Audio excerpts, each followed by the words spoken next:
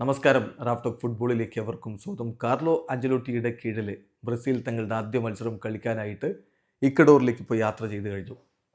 2 training സെഷനുകൾ സാവോപോളിൽ വെച്ച് നടത്തിയിട്ടാണ് ഇക്കഡോറിലേക്ക് land ചെയ്യുന്നത്. അവിടെ ഒരു ട്രെയിനിങ് സെഷൻ കൂടി ഉണ്ടാവും. അതിൽ ടീമിൻ്റെ ഒരു ഫൈനൽ പ്ലേയിങ് 11 ഉരുത്തിരിയും. പക്ഷേ ഇപ്പോൾ തന്നെ ചില സൂചനകൾ ബ്രസീൽ ടീമിൻ്റെ ക്യാമ്പിൽ നിന്ന് പുറത്തേക്ക് വന്നിട്ടുണ്ട്. ഇന്നലെ സാവോപോളിലെ ട്രെയിനിങ് സെഷൻ്റെ സമയത്ത് 2 വ്യത്യസ്ത തരത്തിലുള്ള 11കളാണ് പ്രധാനമായും കോച്ച് പരീക്ഷിച്ചത്. മീഡിയക്ക് ഓപ്പൺ ആയിരുന്ന ഘട്ടത്തിൽ അദ്ദേഹം നടത്തിയിട്ടുള്ള ആ ഒരു ട്രെയിനിങ് 11 അത് വ്യത്യസ്തമായിരുന്നു. പിന്നീട് മീഡിയ പോയതിനു ശേഷം ബിഹൈൻഡ് ദി ഡോറിൽ നടത്തിയിട്ടുള്ള ട്രെയിനിങ് സെഷനിൽ ആ 11ൽ ചെറിയ മാറ്റങ്ങൾ വരുത്തിയിട്ടുണ്ട്. നമ്മളതൊക്കെ ഒന്ന് പരിശോധിക്കുകയാണ്. ഇതെന്തായാലും ആരാധകർ ആഗ്രഹിക്കുന്ന ചില നീക്കങ്ങൾ നടക്കുന്നു.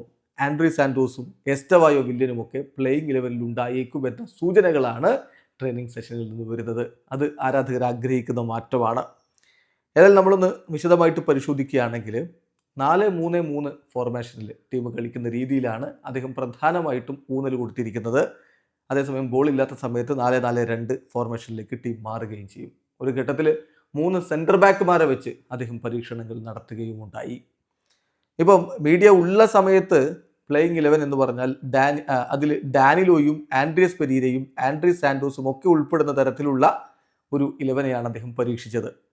പിന്നീട് ആ താരങ്ങളെ റിസർവിലേക്ക് മാറ്റി. അതായത് റിസർവ് ടീമിനോടൊപ്പം എന്ന് പറയുമ്പോൾ വെസ്റ്റ് ഉള്ളവരും വെസ്റ്റ് ഇല്ലാത്തവരുണ്ട്. വെസ്റ്റ് ഇല്ലാത്തവരാണ് ഫസ്റ്റ് 11 എന്ന രൂപത്തിൽ. അപ്പോൾ റിസർവ് കാറ്റഗറിയിലേക്ക് ഈ താരങ്ങളെ മാറ്റി ബ്രൂണോ ഗുയിമാരസ്, ഗേഴ്സൺ എന്നിവർ സ്റ്റാർട്ടിംഗ് 11 ടീമിനോടൊപ്പം കളിക്കുകയും ചെയ്തു. അപ്പം അത്തരത്തിലുള്ള ചില മാറ്റങ്ങൾ ഉണ്ടാക്കിയിട്ടുണ്ട്.